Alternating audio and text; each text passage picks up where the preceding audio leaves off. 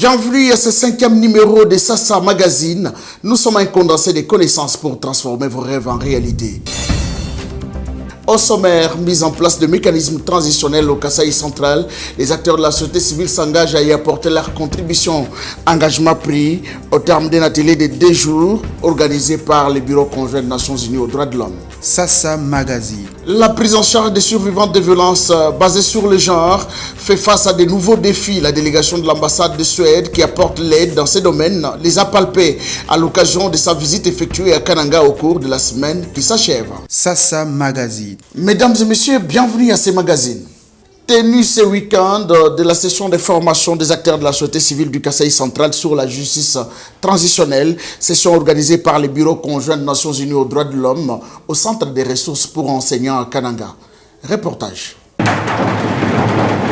Ces assises visent à sensibiliser la quarantaine d'acteurs de la société civile du Kasaï central sur le mécanisme de justice transitionnelle et les défis de la mise en œuvre des recommandations du rapport des consultations populaires. C'est dans les soucis de voir ces acteurs contribuer efficacement à ces processus, explique Elvis Saint-Fort Bangabochi, coordonnateur du Bureau des droits de l'homme Kananga et Chikapa. Avec la mise en place de la commission Vérité, Justice et Réconciliation, c'est justement à cette suite qu'il est important pour vous d'avoir une connaissance assez poussée sur les notions fondamentales de la justice transitionnelle avant que vous vous engagez dans tout processus ad hoc. Pour Godefran Piana, coordonnateur du projet PAJUR au sein du BCNUDH, l'apport de la société civile a toute son importance. Nous attendons que les notions de justice transitionnelle soient bien comprises à tous les acteurs de la société civile et qu'elles soient maîtrisées pour que la suite du processus soit facile. Cette session est favorablement accueillie par le coordonnateur du réseau congolais de justice transitionnelle pour l'espace Kasaï. Pour Dominique Kambala, la tenue de ces travaux renforce l'engagement sur la thématique. Il faut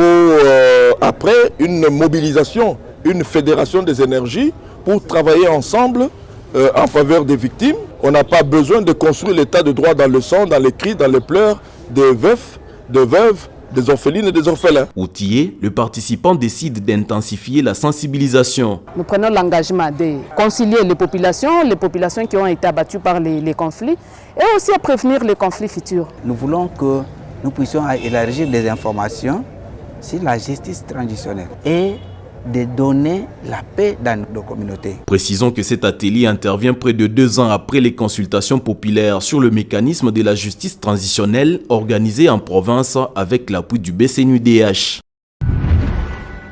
La délégation de l'ambassade de Suède en mission à Kananga a visité cette semaine le bureau de l'ONG Femmes main dans la main pour le développement du Kasaï FMMDK et a palpé du doigt les fruits des réalisations des survivantes des violences sexuelles. Suivez ce reportage.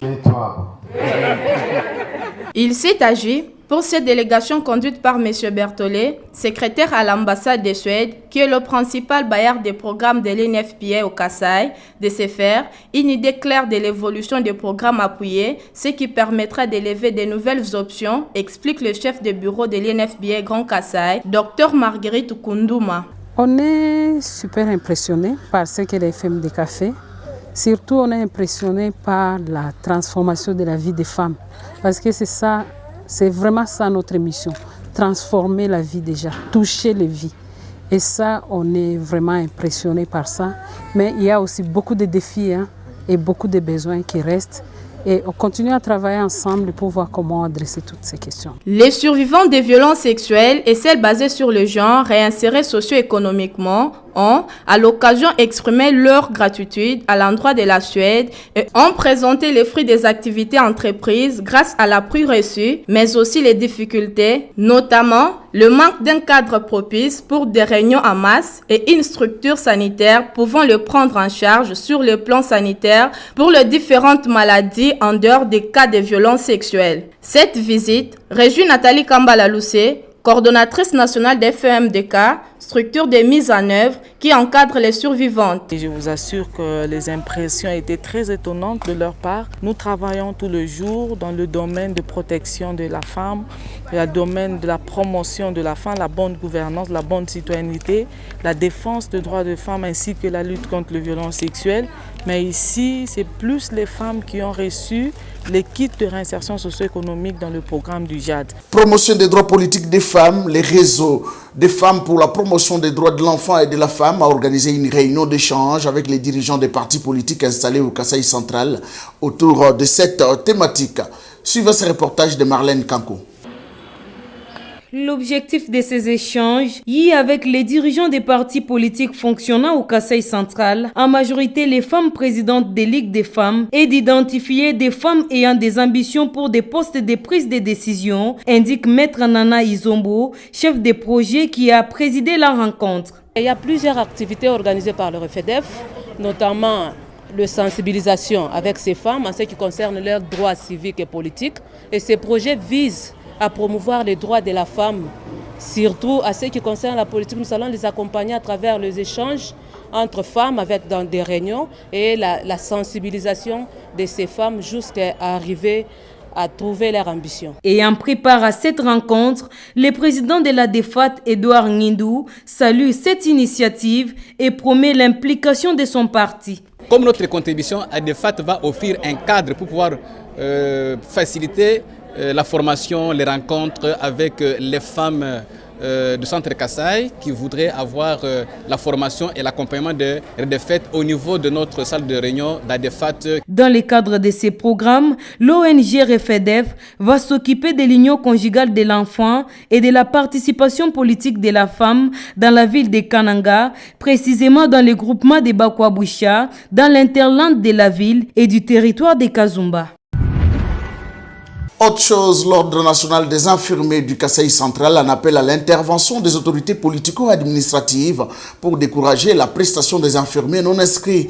Appel lancé au cours de la cérémonie commémorative de la journée internationale de l'infirmier organisée dans la salle CIK de la division provinciale de la jeunesse. Suivez ce reportage. Cet appel est lancé par la présidente du conseil provincial de l'Ordre national des infirmières Kasaï central, Élisée Kwedi Mouchima, le justifie par souci de voir l'ordre régner dans la profession. Aux autorités politico-administratives et sanitaires, nous vous prions de pouvoir décourager les infirmiers et infirmières non inscrits qui continuent à exercer la profession jusqu'à ce jour en collaboration avec les conseils provinciaux et à chaque fois que les besoins d'engagement de l'infirmière se manifestent. Cette commémoration a été aussi marquée par une marche du rond-point Notre-Dame via la place de l'Indépendance avant de voir les infirmiers du Kasaï central se retrouver dans la salle CIK pour un exposé centré sur comment l'infirmière leader et développeur peut transformer sa profession, son métier et son milieu de vie. L'orateur, Professeur Augustin Titadi, secrétaire général de l'Institut supérieur technique médical de Kananga, plaide pour l'amélioration des conditions socio-professionnelles de ces corps soignants. Nous voulons que les conditions de l'infirmier s'améliorent du point de vue salarial comme du point de vue milieu du travail. L'infirmier doit devenir un véritable développeur, un véritable transformateur. L'ONIC Kasaï central a annoncé à l'occasion l'organisation en ce mois de juin 2021 des élections du conseil provincial. Rendons-nous au ministère des Finances pour boucler ces magazines. Mobilisation accrue des recettes de l'État en RDC. Le gouvernement de la République démocratique du Congo a adopté à la 5e réunion du Conseil de ministres la note relative présentée par le ministre des Finances, Nicolas Kazadi.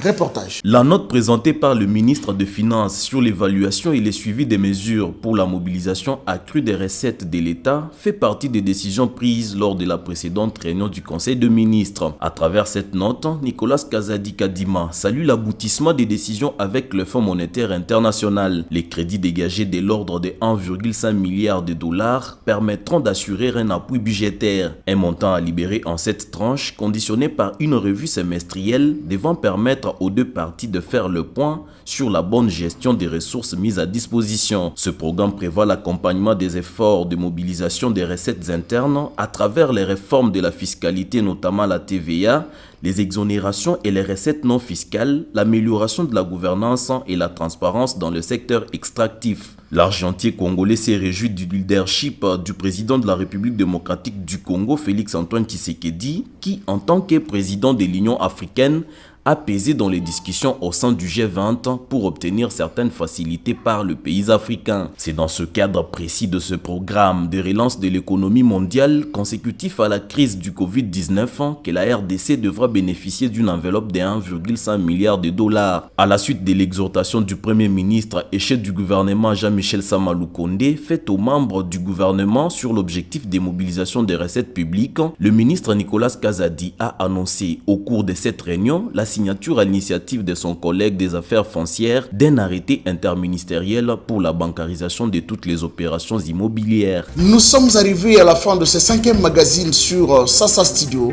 Merci de nous faire confiance. On se retrouve le week-end prochain.